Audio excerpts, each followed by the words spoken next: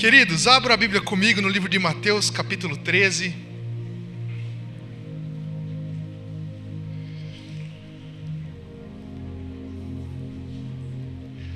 Eu não sei se os irmãos começaram triste porque domingo de manhã ou porque o irmão falou de oferta. O que você acha? Mateus, capítulo 13, verso 35.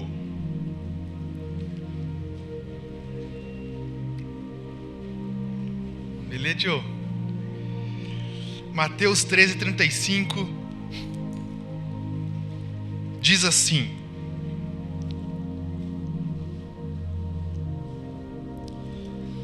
para que se cumprisse o que foi dito por intermédio do profeta: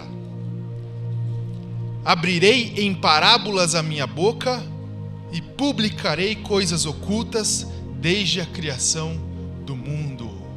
Amém, meus irmãos? Feche seus olhos um pouquinho. Meu Deus, em nome de Jesus, muito obrigado. Obrigado pelo privilégio, pela vida, meu Deus amado, pela oportunidade de podermos estar aqui, meu Deus amado, nesse domingo de manhã, para te adorar, meu Deus amado, separar o nosso coração ao Senhor e a nossa mente, a fim de que o Senhor nos aperfeiçoe para a glória do Teu nome. Que a Tua palavra venha poderosamente permear, meu Deus amado, tudo que há em nós, que a gente possa entender as Tuas Escrituras, assimilar ela em nosso coração e ela possa resultar em uma vida que Te agrada, meu Deus amado, em nome de Jesus. Se existe, meu Deus amado, alguém aqui preocupado ou distraído, meu Deus amado, disperso por algum motivo, Deus, algo que tenha tentado roubar essa semente do coração e da mente desse irmão, dessa irmã, em nome de Jesus, que o Senhor libere uma graça do céu sobre eles, guarde-os no Senhor, meu Deus amado, e libere sobre o entendimento deles, clareza das Escrituras, em nome de Jesus, amém e amém. Amém, meus queridos? Então tá bom. Irmãos, semana passada nós começamos uma conferência. Essa conferência se chama Conferência Reino de Deus. Por que, pastor, nós começamos essa conferência? Porque a Bíblia diz que o reino dos céus precisa ser prioridade para os discípulos de Cristo. Então, se ele precisa ser uma prioridade na nossa vida, nós precisamos entendê-lo, se aprofundar naquilo que ele é. Então nós começamos uma conferência sobre o reino de Deus, onde ela vai durar 3 meses, ela vai finalizar em dezembro. E essa conferência vai ser dividida em 3 partes, onde a primeira parte nós vamos definir o que é o reino de Deus. Nós vamos lançar fundamentos importantes, nós vamos entender conceitos do reino de Deus. A segunda parte, nós vamos falar sobre como esse reino é manifestado em meu coração, como ele se aplica em mim, em meu coração. Para que então a gente entre na terceira parte, que é como ele vai ser manifestado através de mim. Ok? Então, semana passada nós começamos a conferência e vimos coisas importantes. Nós entendemos que o reino de Deus nada mais é que o reinado legítimo de Deus, que acontece onde as suas intenções são manifestadas. E que um dia todas as coisas viverão a vontade de Deus, mas enquanto esse tempo não chega, o reinado de Deus acontece no interior daquele que crê em Jesus Cristo pelo seu Espírito. Ok? Depois nós também vimos que o relacionamento inicial do reino de Deus com o homem é, em primeiro lugar, salvando ele do jugo do diabo.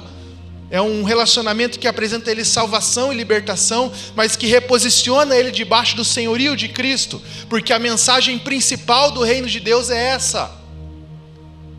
Ela coloca em seus respectivos lugares, tanto Deus como o homem. Ela coloca Deus sempre em seu trono e o homem sempre em seu devido lugar, aos pés de Deus. Nós entendemos que para que o reino de Deus venha, o meu reino precisa ir embora. E nós terminamos falando sobre como entrar ou fazer parte, ter o discernimento do reino de Deus, que é nascendo de novo.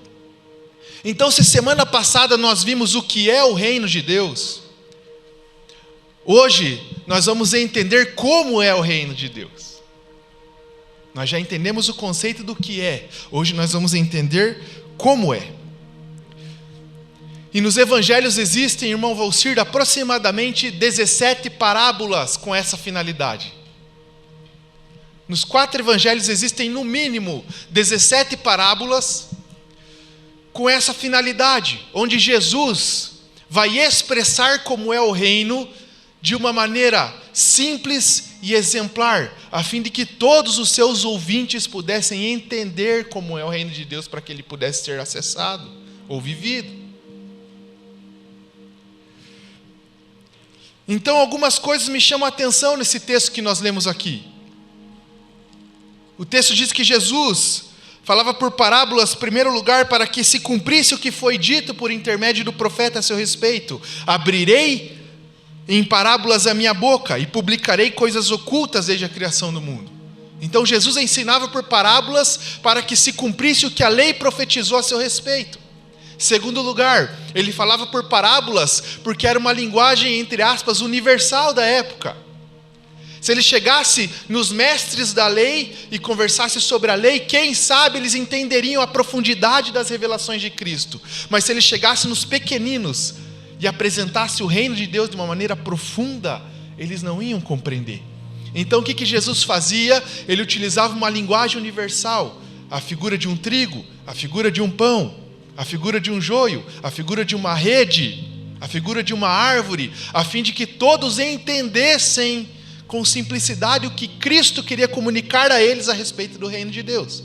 Mas o que mais me chama a atenção, tanto quanto isso, é que o texto diz que através das parábolas Jesus publicava, ou seja, tornava pública coisas ocultas desde a criação do mundo. Eliane, você consegue entender isso? Jesus conta uma historinha sobre um homem que lança uma rede no mar, mas nessa historinha, nessa parábola, existem revelações de Deus que estavam ocultas aos homens, revelações que existiam antes mesmo do mundo existir. Quando Jesus conta uma parábola de um homem que negocia pérolas de grande valor e vende todas que tem para conseguir aquela, por trás disso existe um princípio, existe uma revelação de Deus que só tornou pública aos homens em Cristo Jesus por meio das parábolas. Se Jesus contou pelo menos 17 parábolas sobre o reino de Deus, e as parábolas anunciam coisas ocultas antes da fundação do mundo, significa que o reino de Deus estava oculto aos homens até então, mas por intermédio das parábolas de Cristo, nós podemos acessá-las e entendê-las. E é por esse motivo que eu separei algumas parábolas de Cristo, a fim de que a gente compreenda como é o reino de Deus. Porque uma coisa é você acessar o YouTube e perguntar lá o que é o reino de Deus, e você vai assistir 4 vídeos diferentes, e você vai obter 4 definições diferentes. Outra é você comprar 6 livros sobre o reino de Deus, e você vai entender que às vezes um autor ou outro até se emparelham, eles se equivalem, eles pensam mais ou menos iguais, mas os 6 pensamentos não são uma unanimidade. Então, no mundo onde muitas coisas acham muitas coisas, onde muitas pessoas acham muitas coisas diferentes, o melhor a se fazer é perguntar ou entender aos pés do próprio Rei do Reino como é esse lugar. Então nessa noite eu gostaria de... essa manhã eu gostaria de fazer isso com você. Eu gostaria de examinar algumas parábolas de Jesus a fim de que a gente compreenda como Ele é. E a primeira delas, eu queria que você abrisse comigo Evangelho de Mateus, capítulo 13, versículo 44.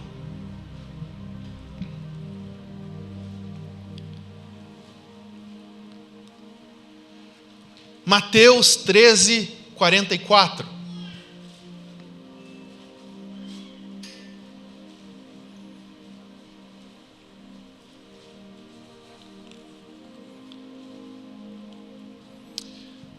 Diz assim a palavra de Deus: o reino dos céus é semelhante a um tesouro escondido no campo, que um homem esconde depois de achá-lo,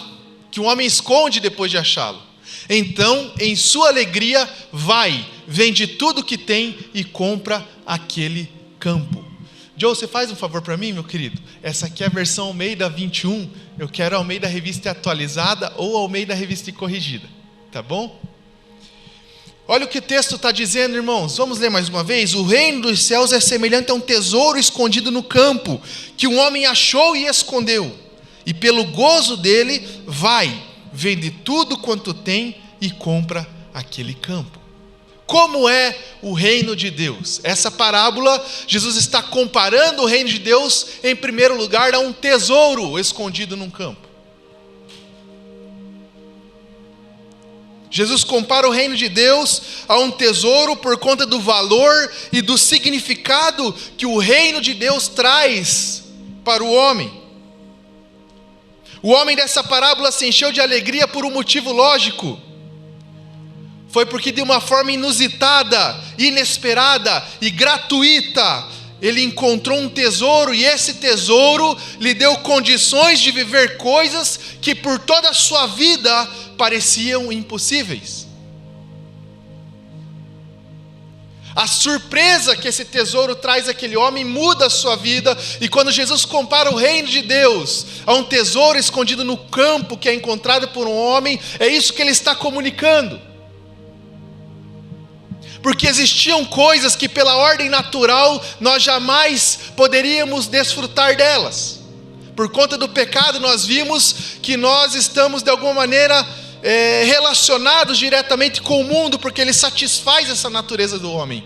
E o mundo anda conforme o curso do príncipe deste mundo, que é Satanás. Efésios capítulo 2, versículos 1 e 2. Então ao homem algumas coisas lhe eram impossíveis. Mas quando o reino de Deus, quando esse homem tropeça nesse tesouro de grande valor, nesse tesouro oculto no campo, a sua realidade é mudada. E quando o homem tropeça, como o homem tem um encontro com o reino salvador de Jesus Cristo, a sua vida também muda de uma realidade para outra de forma imediata. O homem deixa, ao mesmo tempo de ser escravo do pecado, deixa de estar debaixo do jugo do diabo, deixa de ser seduzido pelas coisas do mundo, porque agora existe dentro dele algo que lhe dá ajuda e força.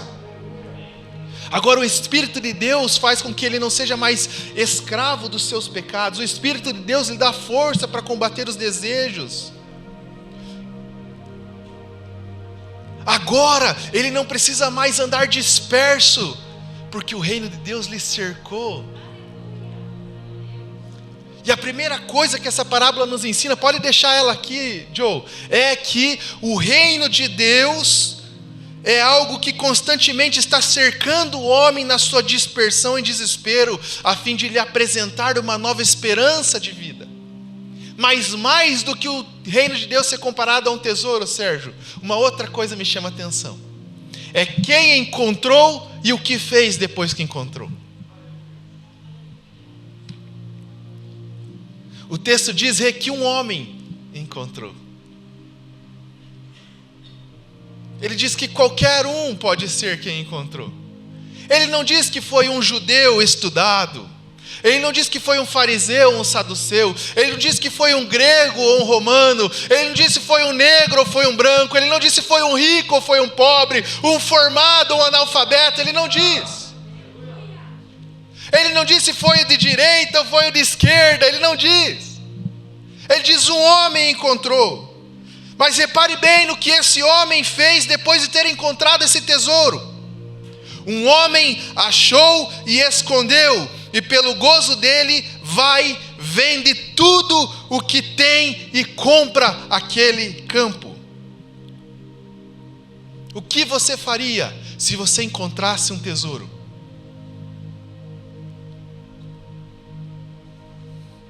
A lógica não é colocar no teu porta-mala e levar para sua casa? Se você encontrasse uma mala com R$1 milhão em barras de ouro que valem mais do que dinheiro, o que você faria quando encontrasse elas? Você colocaria no porta-mala do teu carro e se você soubesse, que não tem um dono, obviamente, porque cidadãos do reino não são ladrões.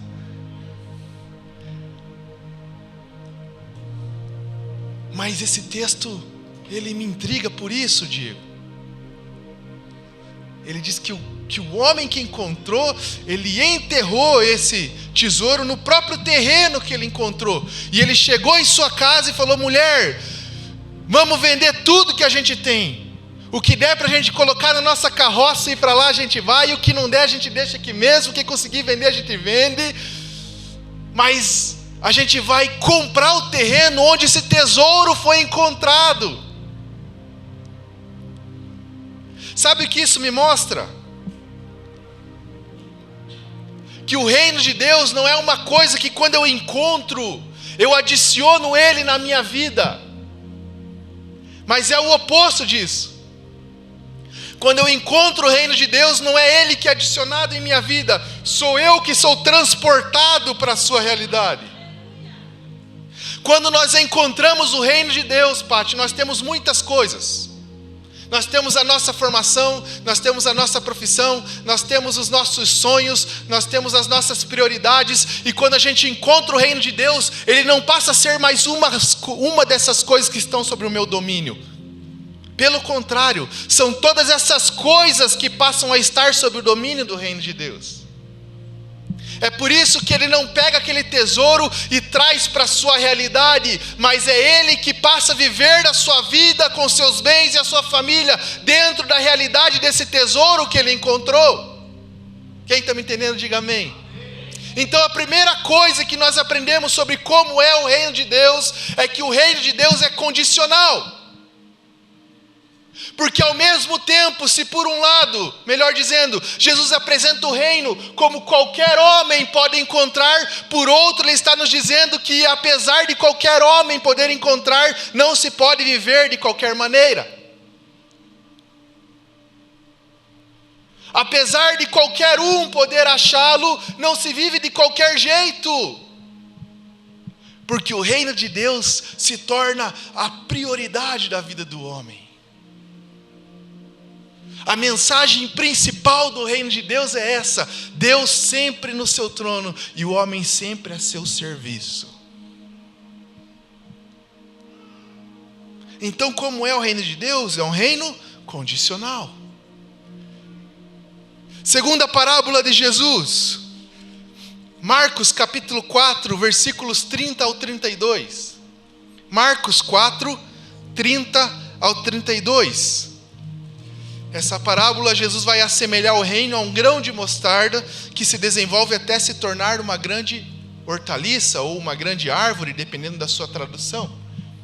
Olha o que diz aqui, livro de Marcos, capítulo 4, versículo 30 ao 32. A gente consegue deixar os 3 versículos ou não cabe? Cabe? Marcos 4, versículo 30. Disse mais. Olha, irmãos, o interesse de Jesus em ilustrar como é o reino de Deus para que o homem entenda. Olha, aqui assemelharemos o reino de Deus. Ele está perguntando: o que eu posso comparar para você entender?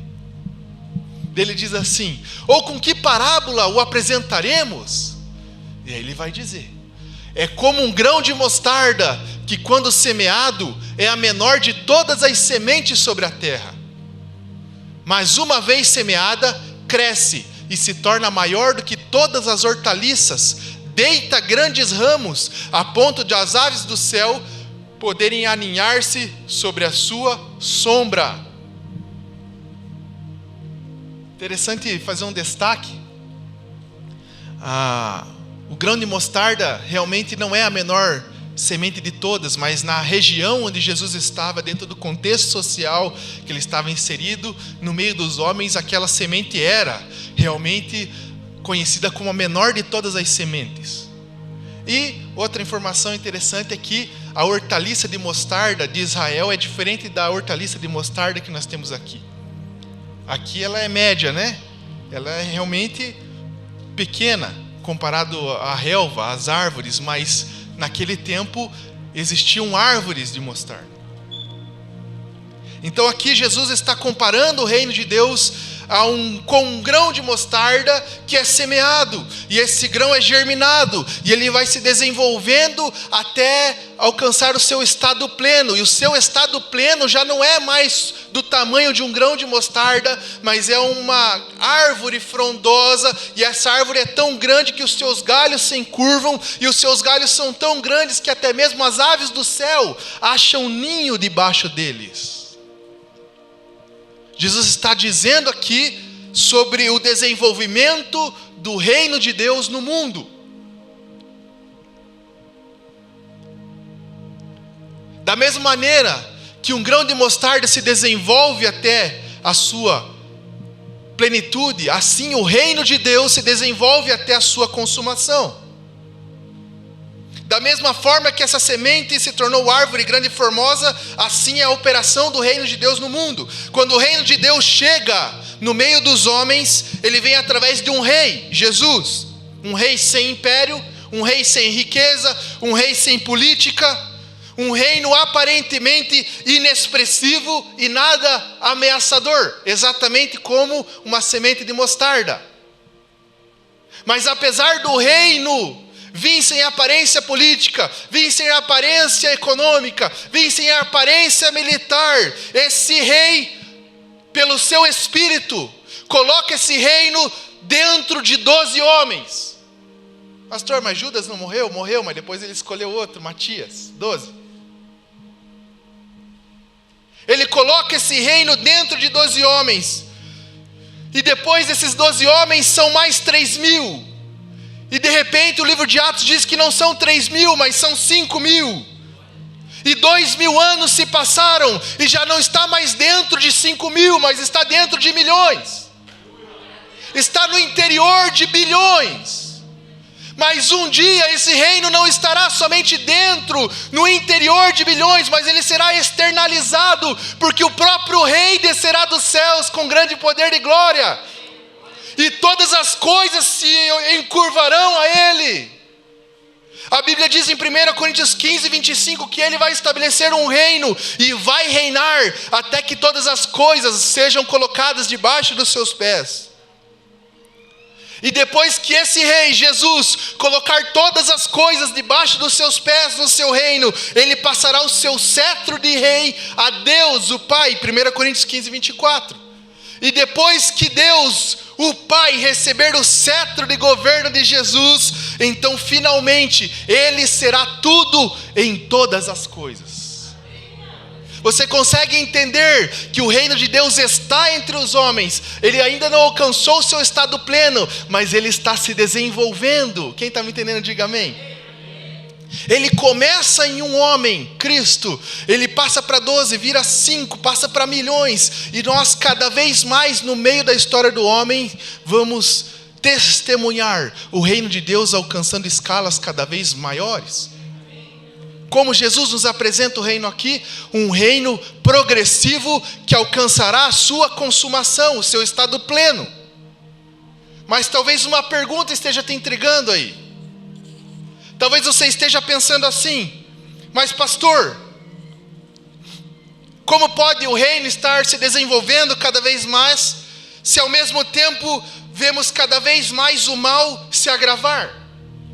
Como pode ser verdade que o reino é cada vez maior, se ao mesmo tempo a Bíblia diz que o amor dos homens cada vez se esfriará mais, se cada vez haverá mais iniquidade, se cada vez haverá mais dureza de coração? Essa pergunta Jesus sobre o reino de Deus respondeu em outra parábola. Ela está em Mateus capítulo 13, versículo 24 ao 30. Mateus 13, 24 ao 30. Então, grave isso no teu coração. O reino, ele se desenvolve de forma progressiva. E agora nós vamos ver que ele continua se desenvolvendo, apesar do mal se agravar também. Olha o que diz nessa parábola de Mateus capítulo 13, verso 24. Outra parábola lhes propôs, dizendo: o reino dos céus é semelhante a um homem que semeou boa semente no campo. Olha, a mesma figura de linguagem do grão de mostarda.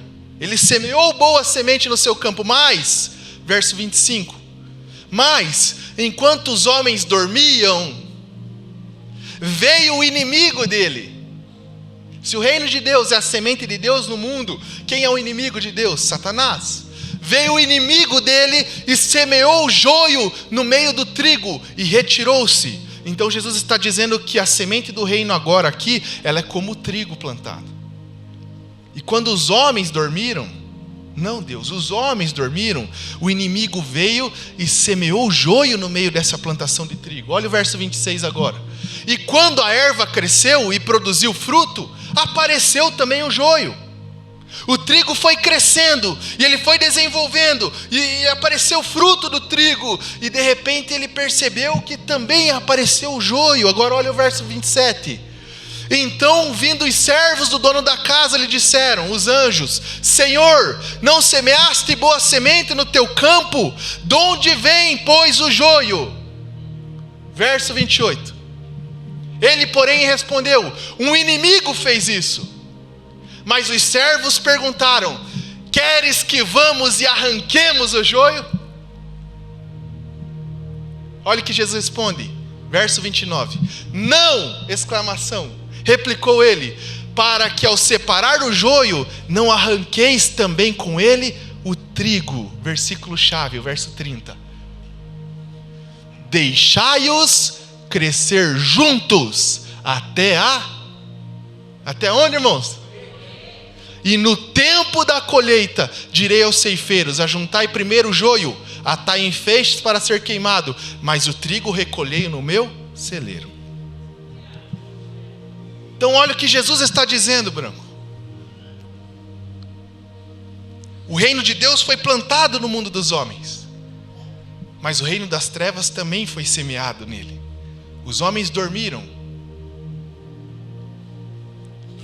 e cresceram e viveram e construíram cultura nesse ambiente vazado por essa ambiguidade, onde simultaneamente a justiça de Deus cresce e o reino das trevas também cresce.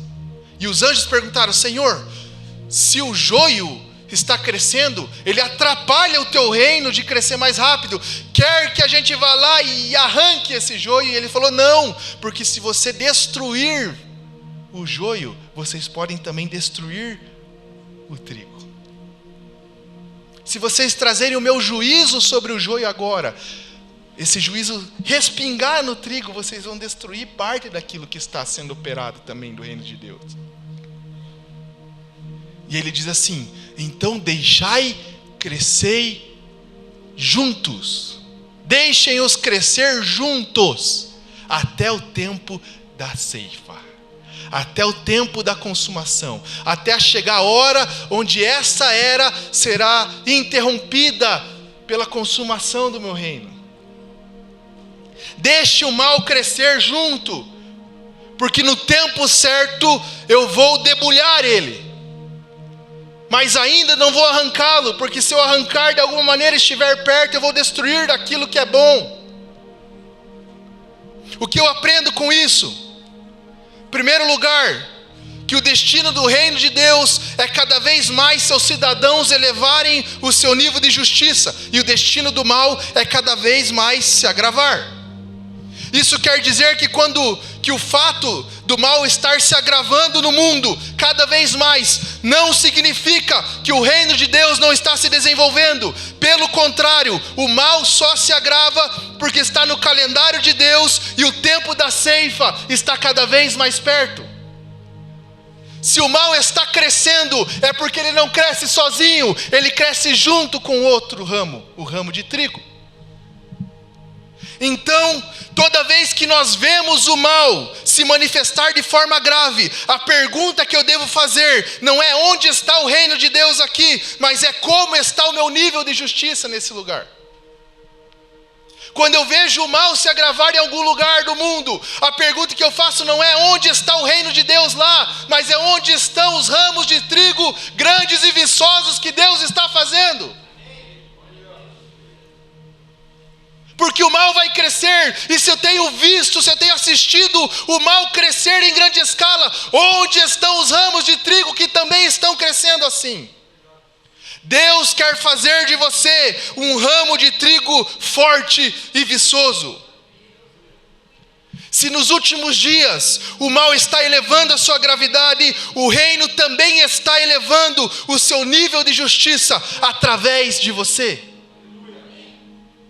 O reino de Deus também está elevando o seu nível de luz através de você. O reino de Deus também está aumentando a pregação do evangelho através de você. O reino de Deus também está levando o amor cada vez mais profundo, cada vez de forma mais profunda através de você. Mas pastor, agora você colocou uma pulga na minha orelha e existe uma outra pergunta. Mas e se nós falharmos?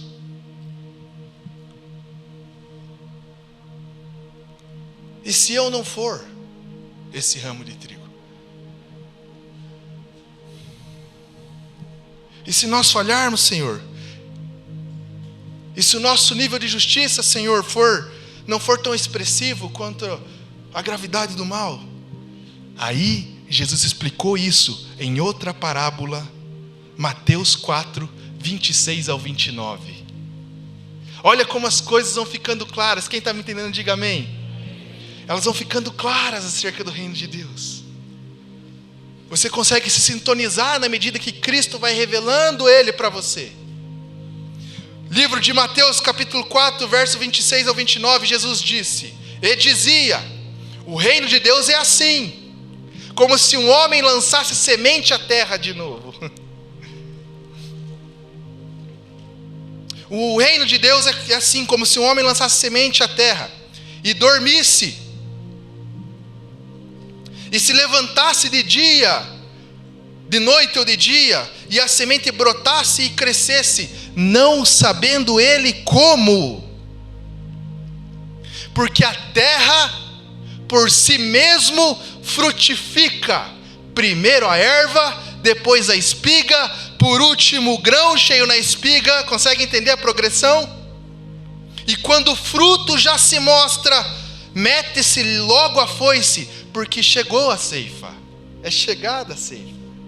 Então perceba que ele diz assim, primeira observação sobre essa parábola. Você consegue colocar os 3 versículos juntos? Tá. Mateus 4, 26 ao 29.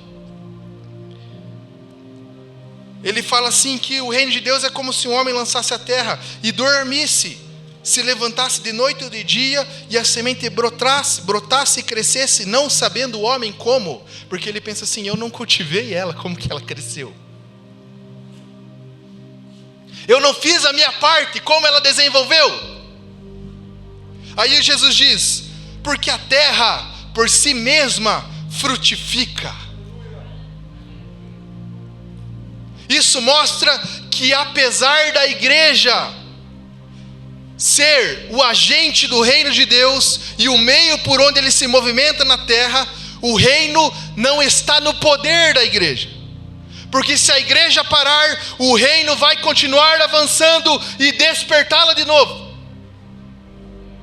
Essa parábola mostra que o reino de Deus é independente da igreja, que o reino de Deus é maior do que a igreja. Não é o reino que pertence à igreja, é a igreja que pertence ao reino. Não é a igreja que dirige o reino, é o reino que usa a vida da igreja.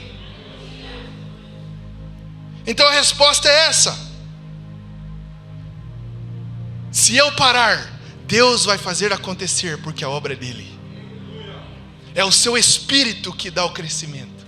Apesar de sermos agentes importantes e nobres, porque a Bíblia nos chama de sacerdócio real, se falharmos, o plano de Deus não falhará.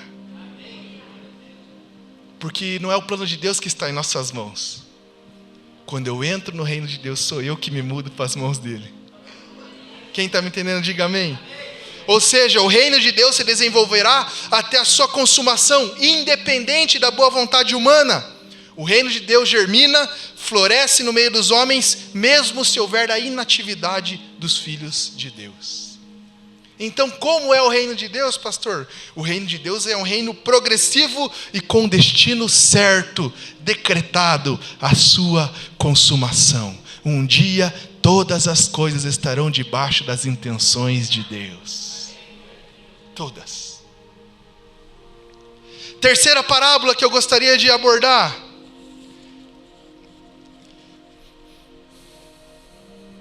Mateus capítulo 13, versículo 33.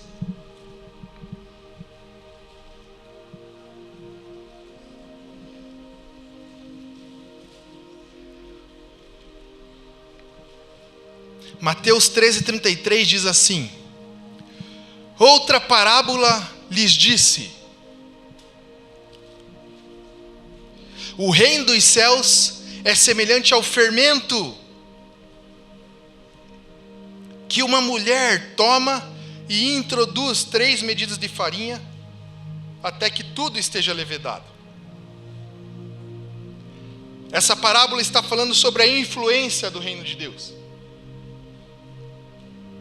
A primeira fala sobre a sua condição, a segunda fala sobre o seu destino, e a terceira sobre a sua influência. Se a parábola que nós estudamos anteriormente fala o que Deus vai fazer, a terceira, que é essa, vai falar do que Deus vai usar para isso. Então diz assim: o reino dos céus é semelhante ao fermento que uma mulher toma e introduz em 3 medidas de farinha, até que toda a massa esteja levedada. Está dizendo que a forma de influenciar, a forma do reino influenciar esse mundo, é como o fermento que uma mulher esconde em 3 medidas numa massa a fim de levedar ela inteira. E daqui eu quero tirar algumas lições. Primeiro, diferente do que muitos pensam, a igreja não é a massa levedada pelo fermento, que também não é o diabo. Eu ainda ontem vi uma pessoa escrever no Facebook, né? O diabo está fermentando a massa. Não é isso que o texto está dizendo. Pelo contrário, quem vai fermentar a massa é o reino de Deus. Segunda lição: você, cidadão do reino dos céus. Quem é cidadão do reino dos céus? Diga amém. Você é uma medida de farinha escondida por Deus em algum lugar dessa sociedade. O texto diz: o fermento que tomou e escondeu até tudo ficar levedado. Deus escondeu você com propósitos em lugares diferentes na sociedade.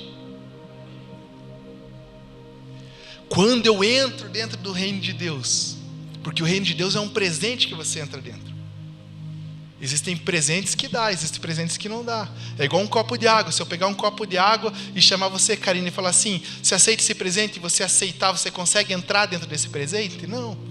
Ele está sobre o seu domínio, é seu agora, mas você não entra dentro dele. O reino de Deus é um presente que nós entramos dentro e passamos a enxergar a vida através dele. E quando você entra dentro do reino de Deus e você compreende que você não está naquele setor do seu serviço, porque o Espírito de Deus estava sobre você e te capacitou para ser um gerente extraordinário e realizar todos os seus sonhos, mas que você está lá porque você é uma medida de fermento que Deus escondeu lá dentro, a fim de que através de você Ele levede aquele lugar, e através de mim levede esse, e através de você levede aquele outro, e assim todos os lugares estão sendo influenciados por uma cultura que cede governo a Deus. Quem está me entendendo, diga amém. É o que eu falei semana passada. Quando você passa a olhar a vida de dentro do reino de Deus, você deixa de olhar para ela como uma busca incessante por novas oportunidades a fim de viver posições confortáveis, mas eu passo a olhar para ela com propósito. Mas pastor, tem problema eu querer sair daqui depois? Não, mas talvez essa seja a segunda pergunta que você precisa fazer para você mesmo. A segunda pergunta precisa ser: qual será o meu próximo passo? Para onde eu vou depois daqui? Porque a primeira precisa ser: qual é o propósito pelo qual Deus me colocou aqui dentro? A segunda pode ser: qual será o meu próximo passo aqui dentro? Mas a primeira é: Senhor, por que você me colocou aqui dentro? Porque se Deus é o Senhor da minha vida, Ele não faz nada sem propósito. O problema é quando eu quero que Deus seja o Senhor daquilo que eu quero. Aí eu estou precisando de um emprego. Senhor, eu preciso de um emprego. Ele me dá, mas depois que Ele me introduz lá dentro, eu faço o que eu quero. Eu não sou uma medida de fermento que Ele escondeu lá. Quem está me entendendo, diga amém. Então a segunda coisa que eu aprendo com essa parábola: você é uma medida de fermento que Deus escondeu em algum lugar. E você precisa de alguma maneira fazer com que esse lugar, fazer com que você seja uma seta onde aponta para o senhorio de Cristo. E você não vai fazer isso sendo um religioso dentro do teu lugar de trabalho.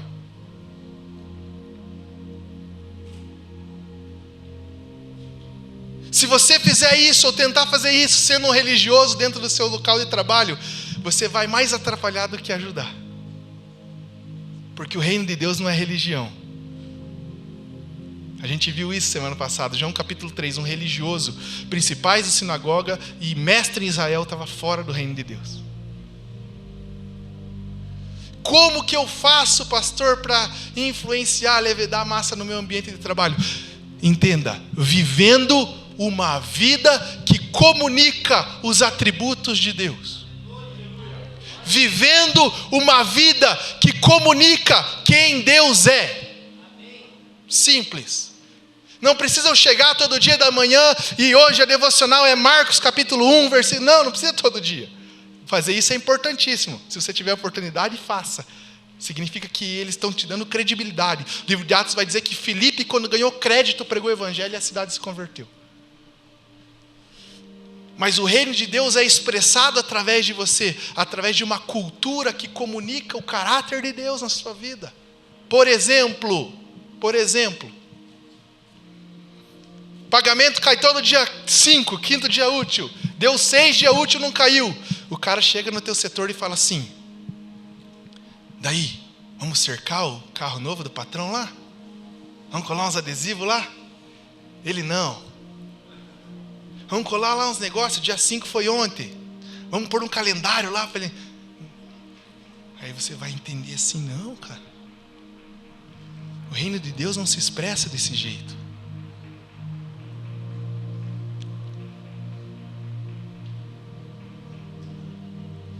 Quando alguém tem uma oportunidade, irmãos, eu quero dizer uma coisa para você. Se você trabalha fazendo manutenção na casa dos outros, irmãos, não roube as peças das pessoas.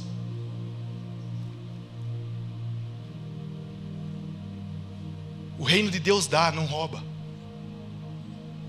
Não me interessa se ele tem 3, não é teu.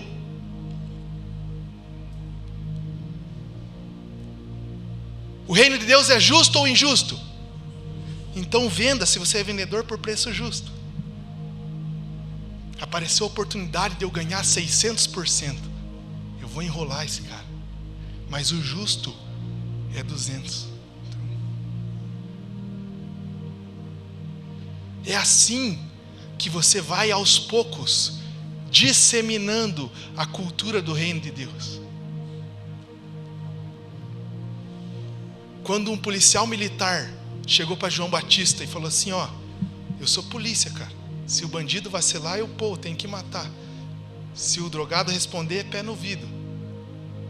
E eu quero viver o reino de Deus. Como que eu faço? João Batista não falou saia da polícia.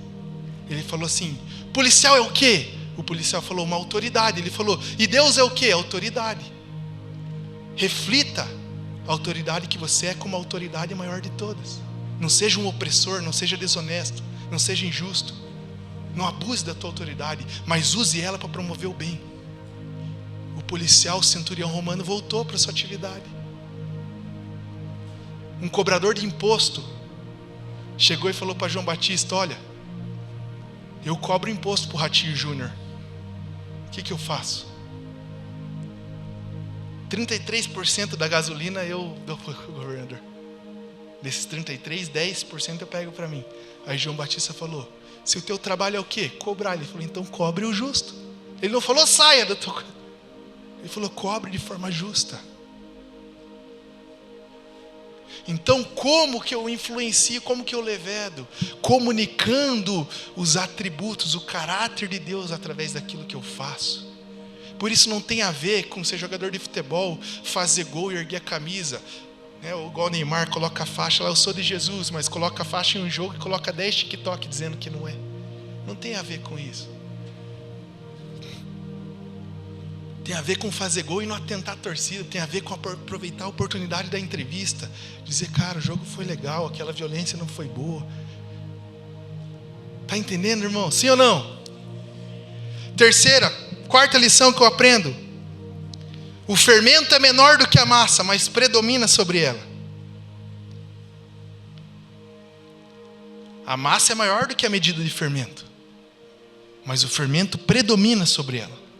Está dizendo sobre ser influenciado nos ambientes onde você está. Cara, isso é complicado.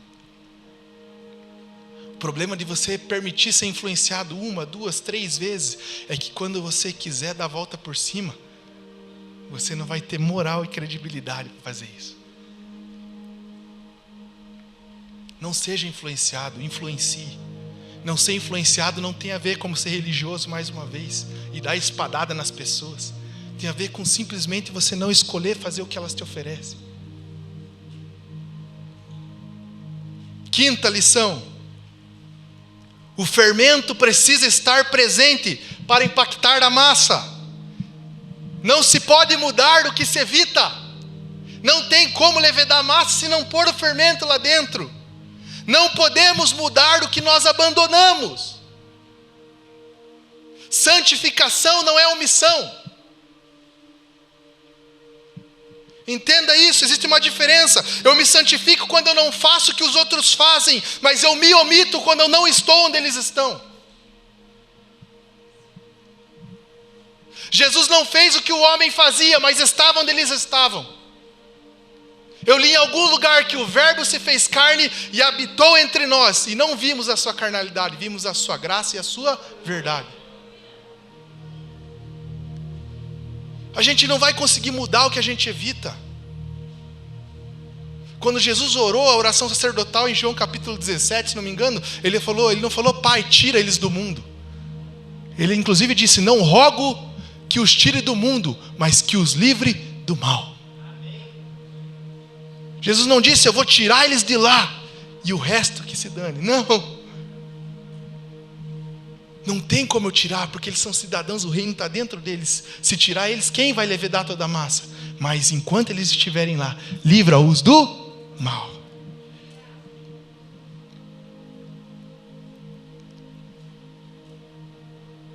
Não se pode mudar o que se evita.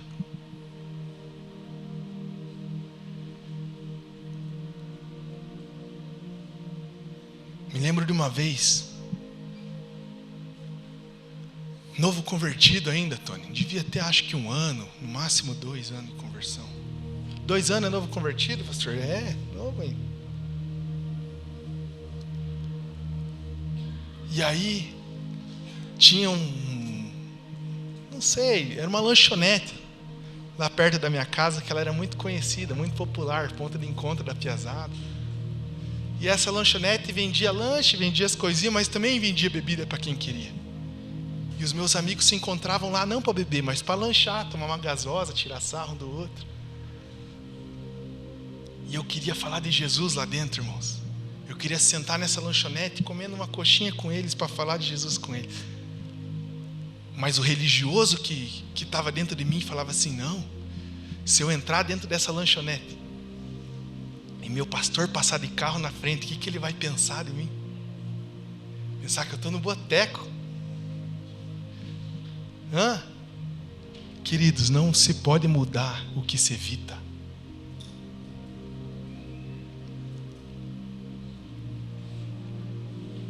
Não se pode mudar o que se evita. Então o que você está dizendo, pastor?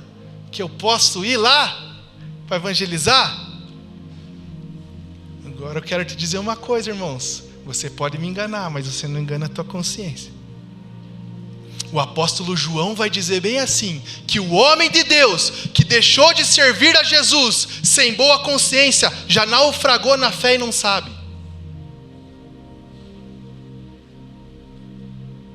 Provérbios 16:2 vai dizer que ao homem tudo parece bom, mas o Senhor pesa o seu espírito. Não se pode mudar o que se evita, mas não queira ser religioso, se apropriar de um princípio espiritual e puro, para saciar uma carnalidade do teu coração.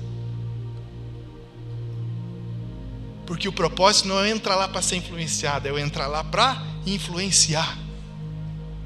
Por quê? Lucas capítulo 19 vai dizer que Jesus estava passando, e a multidão espremendo ele. De repente ele viu um ladrão, subiu num sicômoro para ver quem era esse tal de Jesus.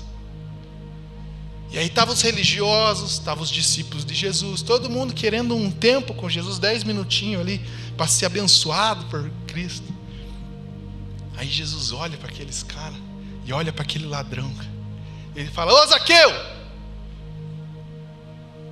desce depressa, hoje eu quero dormir na tua casa.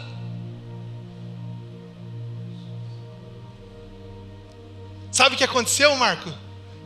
A Bíblia diz que os religiosos começaram a murmurar, dizendo: como que pode esse cara ser de Deus, mas posar na casa do ladrão? Pode ler Lucas capítulo 19. Como que pode esse cara ser puro se ele dorme no lençol de um ladrão?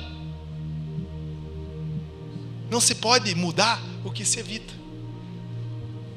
A questão não é aonde a gente vai para mudar, a questão é como a gente sai do lugar que a gente entrou. Porque a Bíblia diz em Lucas capítulo 19 que quando Cristo saiu, Zaqueu falou: pera, Senhor, seguinte, se eu roubei alguém, eu quero usar o que eu tenho e devolver 4 vezes mais. E do que sobrar, Zaqueu? Do que sobrar eu quero dar para os pobres.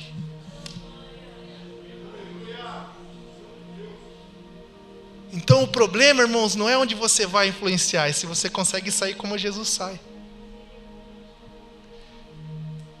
Porque não tem como introduzir fermento e ele não levedar aquela massa. Sexta lição que eu aprendo nessa parábola: o fermento é ativado pelo calor e pela pressão. Quando o fogo esquenta, o fermento age. A igreja sempre cresce e o reino sempre avança nas dificuldades. Às vezes você escuta o pastor Nel, alguém de nós falar alguma coisa e você não entende. A gente não fica feliz, irmãos, com o mal que a pandemia trouxe. Mas dentro desse mal existem oportunidades e a gente se alegra com elas. Então quando o pastor diz lá: eu estou feliz com a pandemia, não é com a pandemia, não é com os mortos, é com as oportunidades. Sabe por quê? Porque se eu sou um fermento introduzido na massa, a pandemia é o calor que vai fazer eu fermentar. Porque no meio da aflição, ou você espana, ou você cresce. No meio da aflição, ou você revela que não era e se desvia, ou você se torna um ramo de trigo viçoso e forte. No meio da pandemia, o joio está crescendo. Então quando você vê o joio crescendo, você fala: opa, é chegada a estação do trigo também, eu vou crescer.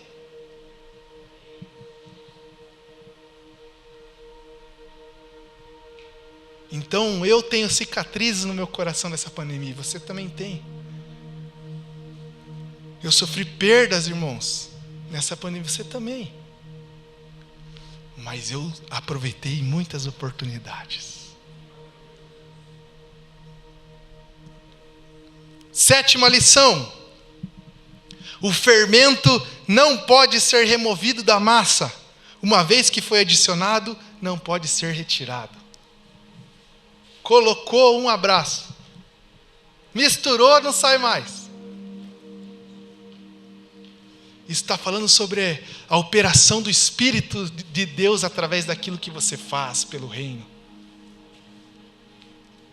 Isso está falando que as atitudes dos cidadãos do reino de Deus ecoam na ausência dos cidadãos do reino.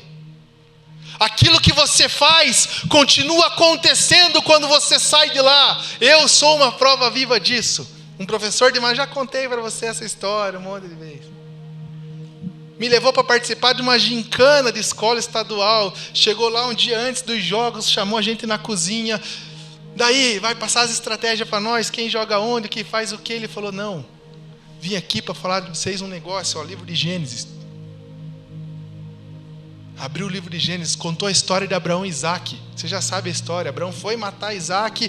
O anjo falou: não precisa, já vi que você ama Deus mais do que a promessa de Deus. Ó, já vi que você ama Deus mais do que a promessa de Deus. Pode parar, pode viver. O problema não é viver as promessas de Deus, é amar as promessas mais do que o Senhor. Mas isso é um tema para outra pregação.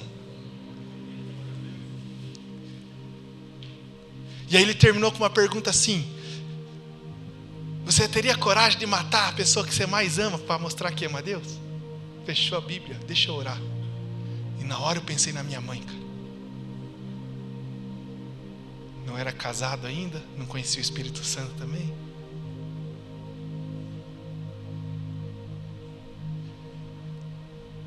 Na hora aquilo entrou dentro do meu coração, irmãos, e eu falei, cara, eu não amo Deus, porque eu não tenho coragem de apunhalar minha mãe para mostrar que amo Deus.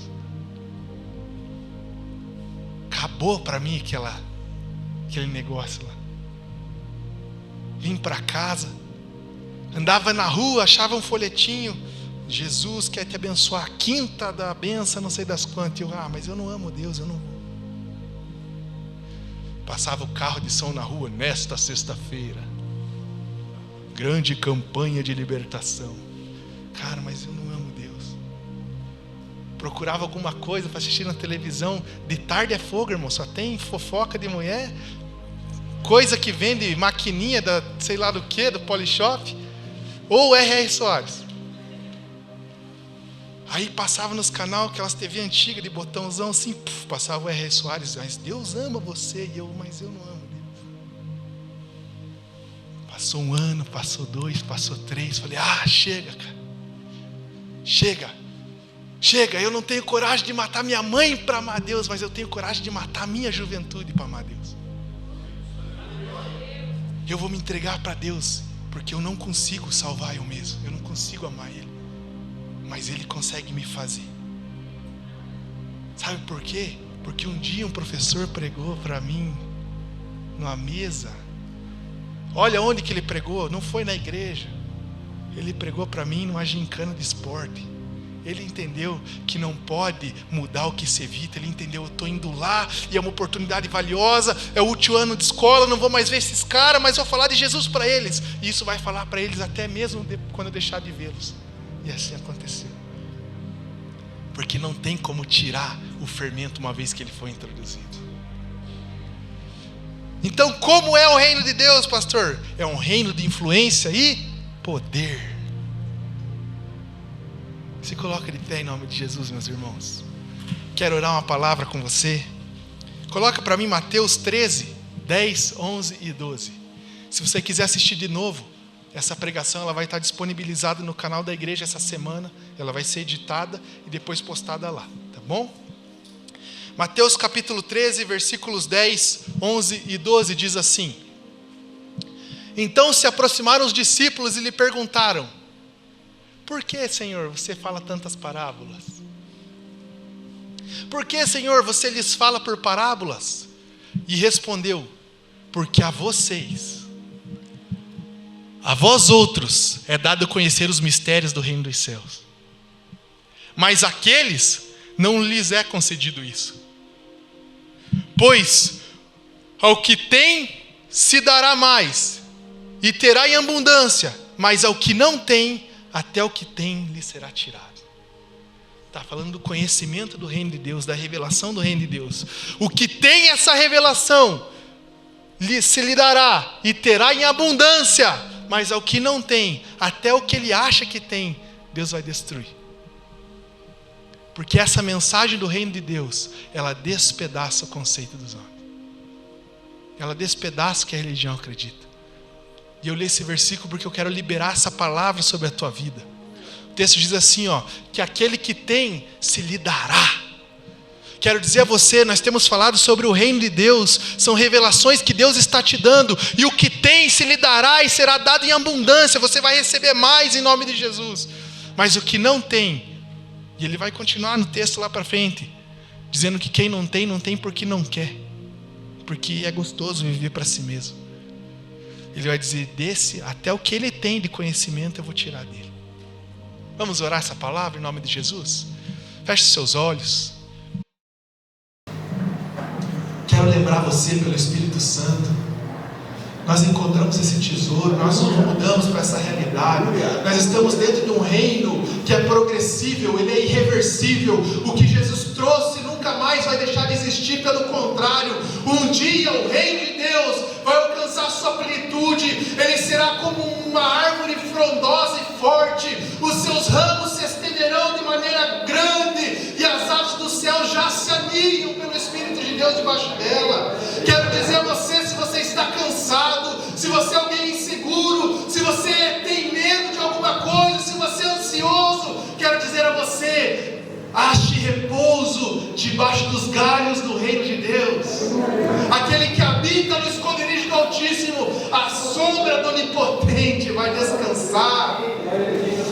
Eu quero dizer para você: você não está onde você está, você não nasceu onde nasceu, você não trabalha onde trabalha por obra do acaso.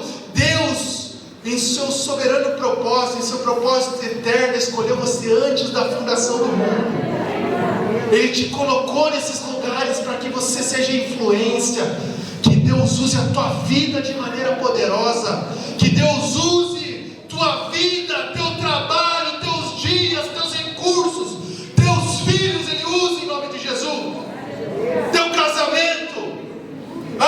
Senhor amado, nós não sonhamos com o mundo cristianizado. Isso não vai acontecer. Mas o reino de Deus vai alcançar sua consumação quando você vier do céu para a terra, Senhor. Mas enquanto o Senhor não vem, Senhor, que a nossa vida seja essa mensagem de esperança. Que a nossa vida seja uma mensagem profética. Profético não é aquele que fala coisas misteriosas, é aquele que anuncia a vinda de Jesus pelo reino. Porque Apocalipse diz que o espírito de profecia é Jesus. Deus usa a nossa vida de maneira profética. Isso é ser espiritual. Senhor, usa a nossa vida de forma espiritual e poderosa, em nome de Jesus. E eu libero, meu Deus amado, sobre nós essa palavra, meu Deus, em nome de Jesus, de Mateus capítulo 13, versículo 10, 11 e 12. Senhor, o Senhor tem nos dado de conhecer os mistérios do reino, e o Senhor diz, meu Deus amado, que aquele que tem, lhe será dado mais, lhe será dado em abundância. Por isso, meu Deus amado, abre os olhos do nosso entendimento hoje, abre os olhos do nosso coração. Nós queremos ver o seu reino, que assim como diz aquela música, se vermos o que o Senhor está fazendo, nós queremos fazer também. Em nome de Jesus, que essa palavra entre em nosso coração, não seja roubada pelo Satanás como um passarinho que rouba uma semente, não seja, meu Deus amado, asfixiada pela erva, meu Deus amado, pelo espinho deste mundo e dos desejos de enriquecer, meu Deus amado, e também não seja resistida pela dureza de um solo seco como um coração duro, mas que seja concebida por uma terra fofa, porque o nosso coração é teu. Se o nosso coração é como um jardim, meu Deus amado, o Senhor é que cultiva esse jardim, é o Senhor que troca essa terra, é o Senhor que arranca os abrolhos, é o Senhor que coloca as sementes e o Senhor que dá o crescimento. Em nome de Jesus, nos abençoe. Amém e amém. Vamos aplaudir o Senhor Jesus. Aleluia. Aleluia. Aleluia. Vida com propósito. Deus tem um plano. Nunca aquela frase evangélica fez tanto sentido. Deus tem um plano na tua vida. Esse plano não é só para levar para o céu. Esse plano é de operar através de você. Amém, meus queridos? Vamos para casa. Coloca a sua mão em posição de receber. Que o grande amor de Deus, que a graça e a paz do nosso Senhor e Salvador Jesus Cristo e as mais doces e ricas consolações do Espírito Santo sejam sobre a tua vida, hoje e sempre. Venha o teu reino e faça a sua vontade. Deus abençoe. Bom domingo, meus irmãos.